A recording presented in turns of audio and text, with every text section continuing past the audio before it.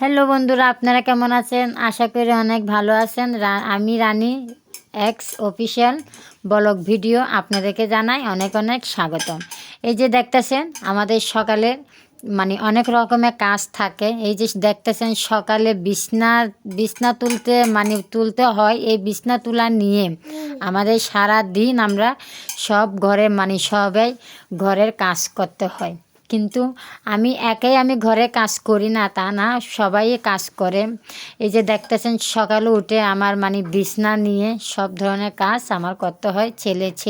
মেয়েকে নিয়ে থাকতে হয়, ছেলে মেয়েদের যত্ন, বরের আবদার পূরণ করা, আরও বিভিন্ন ধরনের পাঁচ রকমের কাজ এসব আমার করতে হয়। তাহলে আপনাদের সাথে এত কথা না বাড়িয়ে আমি আমার কাজগুলো আপনাদেরকে দেখাবার জন্য আমি চেষ্টা করতেছি। আপনারা মনোযোগ দিয়ে দেখেন প্লিজ। আপনারা দয়া করে আমার ভিডিওটা স্কিপ করবেন না। আর আমার এই ব্লগ ভিডিও আপনাদের কাছে যদি ভালো লেগে থাকে তাহলে আমাকে একটা করে লাইক করিয়েন আর কমেন্টের মাধ্যমে জানাইয়েন আমার এই ব্লগ ভিডিও আপনাদের কাছে কেমন লেগেছে। এই যে দেখতেছেন আমাদের এখানে প্রচণ্ড ঠান্ডা। আমি কিন্তু ব্লাউজও পরেছি আর একটা শীতের একটা ব্লাউজ পরেছি, কেননা প্রচণ্ড ঠান্ডা। ওই জন্য এটা আমি রাত্রে পরে আমি ঘুমাই। আর ওই যে দেখতেছেন আমি কিন্তু ল্যাপটা আগে দিয়ে আমি ভাঁজ করে ধুয়ে রেখেছি।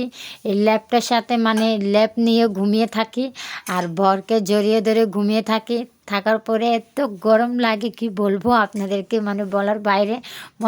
মনে হয় কি বরের সাথে ঘুমালে মনে হয় কি সব শীত চলে গেছে। এত আরামের একটা গরম, একদিকে ল্যাপের গরম, একদিকে বরকে জড়িয়ে ধরা ঘুমা, এটাও গরম লাগে। তাহলে যাক, এসব কথা আপনাদের কাছে আমি শেয়ার করতেছি, আমার অনেকটা ভালো লাগতেছে। আর এই যে দেখতেছেন সকালে বিভিন্ন ধরনের আমার কাজ থাকে, এগুলো আপনারা মনোযোগ দিয়ে দেখেন। আর যে দেখতেছেন আমি বিছনাটাকে আমি ভালো করে এটাকে আমি ভালো করে ঝাড়বো, ওই জন্য এগুলো একসাথে করে নিয়ে রাখতেছি। আর আমরা সবাই সকালে ঘরে সবাই কাজ করে, তার জন্য কাজটা সকাল থেকে কিন্তু আমাদের সব কাজটা শুরু হয়। সকাল থেকে যারা সব কাজ শুরু করে শেষেও কিন্তু তারা গিয়ে সব কাজ শেষ করতে পারে। আর আমরা এই যে দেখতেছেন সারাদিন আমরা কাজ করে শুধু দুপুরবেলা খেয়ে দিয়ে একটু আমরা ঘুমিয়ে থাকি। আবার কিন্তু ঘুম থেকে উঠে আমাদের বিকালে কিন্তু আবার কাজ করতে হয়। এই যে নাস্তা বানাও, অনেক কিছু কাজ নিয়ে থাকতে হয়। ছেলে মেয়েদেরকে নিয়ে পড়াশোনা করা, বিভিন্ন ধরনের কাজ, কি বলবো, কাজের কোনো শেষ নেই। আর আমাদের অনেক রকমের কাজ থাকে। এই যে দেখতেছেন আমার বিছনাটা ভালো করে আমি ঝাড়ছি, কেননা যদি বালি থাকে, ওই জন্য বালিতে থাকলে তো আর ঘুমাবার কোনো নেই। ওই জন্য ভালো করে বিছনাটাকে ঝাড়ছি। ঝেড়ে এরপরে দেখতেছেন বালিশটাকে হয়ে গেছে। বালিশের নিচে কিন্তু অনেক সময় অনেক কিছু থাকে, ওই জন্য ওইটাকে ভালো করে তুলে ওই জন্য ওইটাকে ঝাড়তে হচ্ছে। তাহলে যাক, দেখতেছেন এখানে আমি বালিশটাকে ভালো করে করতে ঘুমাতে গিয়ে দেখা যাচ্ছে বালিশটা হয়ে গেছে, নিচে বসে গেছে। ওইটাকে বাইরিয়ে ওইটাকে আমি উঁচা করতেছি।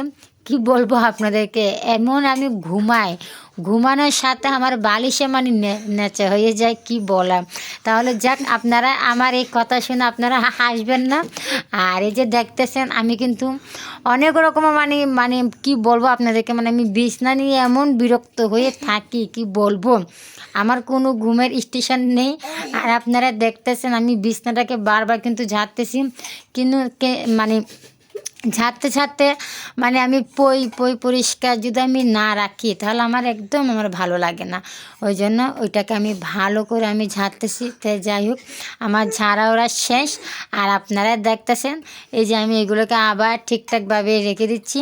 এগুলাকে রেখে এখন আরও যা কাজ আছে ওইগুলো আমি সম্পূর্ণ আপনাদেরকে দেখাচ্ছি। তাহলে প্লিজ আপনারা দেখলে আপনারা বুঝতে পারবেন যে আমার সকালে কত কাজ থাকে। আর আপনারা দেখতে পারেন আর দেখে আপনারা বলেন যে কি করা যায়। আমার যে এত সকালে কাজ যে আমি কি করলে আমার কাজগুলো কমে যাবে, আপনারা প্লিজ আমাকে কমেন্টের মাধ্যমে জানাবেন। আর আমি দেখতেছেন বিছনাটা ঝেড়ে কিন্তু আমি বিরক্ত হয়ে গেছি। এখানে ছেলে মেয়ে অনেক রকমের কিছু ফেলে রেখেছে, এটাকেও আবার তুলতে হবে, মানে একটা বিরক্ত বোধ হয়ে গেছে আমি। আর এত এত কাজ করতে করতে আমার এমন খাদ্যানি উঠেছে কি বলবো, বলে কি একটু চুলকিয়ে নিই। এমন চুলকানি কোথার থেকে যে এসেছে ভাই, বলার বাইরে। মানে সবারই চুলকানি হচ্ছে, আমারও চুলকানি, রাত্রে কি বলবো ঘুমাতে পারি না এই চুলকানির জন্য।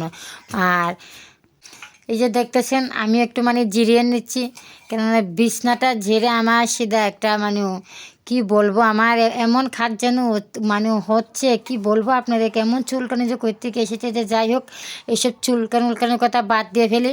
এখন আমি রান্নাঘরে এসেছি রান্না করার জন্য। এই যে দেখতেছেন আমি কি সুন্দর মুহূর্তে একটা রান্না করতেছি। এখানে আমি গরম পানি বসিয়ে দিয়েছি, আর এখানে মরিচ ভাজতেছি। কি বলবো, শীতের মাধ্যমে যে মরিচ দিয়ে ভাত খেতে যে এত মজা লাগে কি বলবো আপনাদেরকে। একদিকে শীতও, আর একদিকে যদি এই যে মরিচটা খাইলাম। আর এই যে দেখতেছেন এটাকে বলে আলুর চপ।